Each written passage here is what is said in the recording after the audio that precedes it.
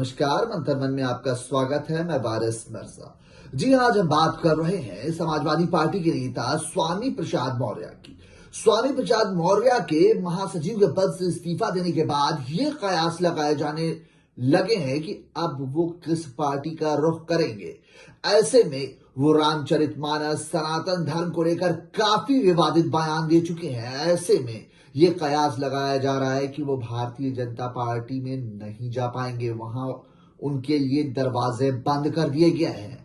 ऐसे में अब ये बात सामने आ रही है कि वो ओम प्रकाश राजभर की पार्टी सुहेल देव पार्टी के साथ जुड़ सकते हैं और एक नया मोर्चा बना सकते हैं।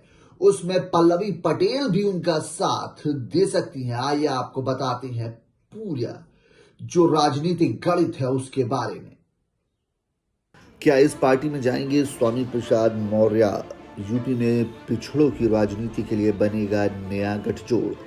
सपा नेता स्वामी प्रसाद मौर्य ने राष्ट्रीय महासचिव पद से इस्तीफा दे दिया है। वो पार्टी से नाराज बताए जा रहे हैं। ऐसे में उनके अगले कदम को लेकर कयास लगाए जाने लगे हैं। समाजवादी पार्टी के नेता स्वामी प्रसाद मौर्य सपा के राष्ट्रीय महासचिव पद से इस्तीफा दे दिया और मौर्य ने अपने इस्तीफे की वजह बताते हुए अखिलेश यादव के लंबे चौड़े पत्र लिखा। हालांकि उन्होंने पार्टी की सदस्यता से इस्तीफा नहीं दिया है। मौर्य इस कदम को सपा के लिए झटके के तौर पर देखा जा रहा है। ऐसे में सवाल उठ रहा है कि सपा से नाराज होकर स्वामी प्रसाद मौर्य अब कहां जाएंगे, उनका अगला कदम क्या होगा? क्या वो एक बार फिर पाला बदल सकते हैं? पिछले कुछ समय से स्वामी प्रसाद मौर्य जिस तरह से रामचरितमानस और सनातन धर्म को लेकर टिप्पणियां की हैं, उनकी वजह से वो काफी विवादों में भी रहे हैं। ऐसे में मौर्य के सामने ज्यादा विकल्प नहीं बचे हैं। सपा भी उनके बयानों से बचती रही है, लेकिन सियासी जानकारों का मानना है कि मौर्य ओम प्रकाश राजभर की सुहेल देव पार्टी समाज के साथ जा सकते हैं। उसकी वजह से वो पिछड़ों के एक बड़े नेता हैं और पिछड़ों की राजनीति करने वाले राजभर को भी शायद इससे कोई ऐतराज नहीं होगा।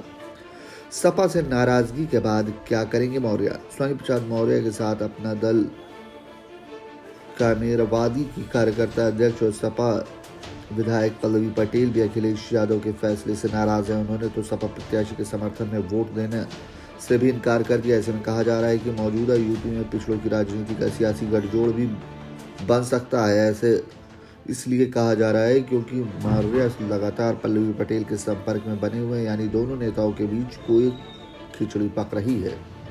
पल्लवी पटेल ने भी खुलकर जताई नाराजगी। पल्लवी पटेल ने स्वामी प्रसाद मौर्य की नाराजगी को सही बताया। यूपी तक से बात करते हुए उन्होंने कहा कि मौर्य उनसे लगातार संपर्क में बने हुए हैं। पार्टी के कई नेताओं ने उन पर कटाक्ष किए हैं। स्वामी प्रसाद मौर्य का जो कद है, उस कद के नेता के लिए बहुत बेइज्जती वाली बात है कि जिस तरह से उन पर हमले हुए हैं। उन्होंने कहा कि सपा बहुत अहम और वहम है, उसको पिछड़ों को मजबूर करके उसके हकों को छीनना बंद कर देना चाहिए। स्वामी प्रसाद मौर्य राज्यसभा जाना चाहते थे, तो वहीं पल्लवी पटेल भी अपनी मां कृष्णा पटेल को राज्यसभा भेजना चाहती थी, जिसके लिए दोनों नेता कोशिश कर रहे थे। लेकिन सपा अध्यक्ष ने उनसे सलाह मशवरा किए बिना राज्यसभा प्रत्याशियों का ऐलान कर दिया, जिसके बाद दोनों नेताओं की नाराजगी सामने आ गई।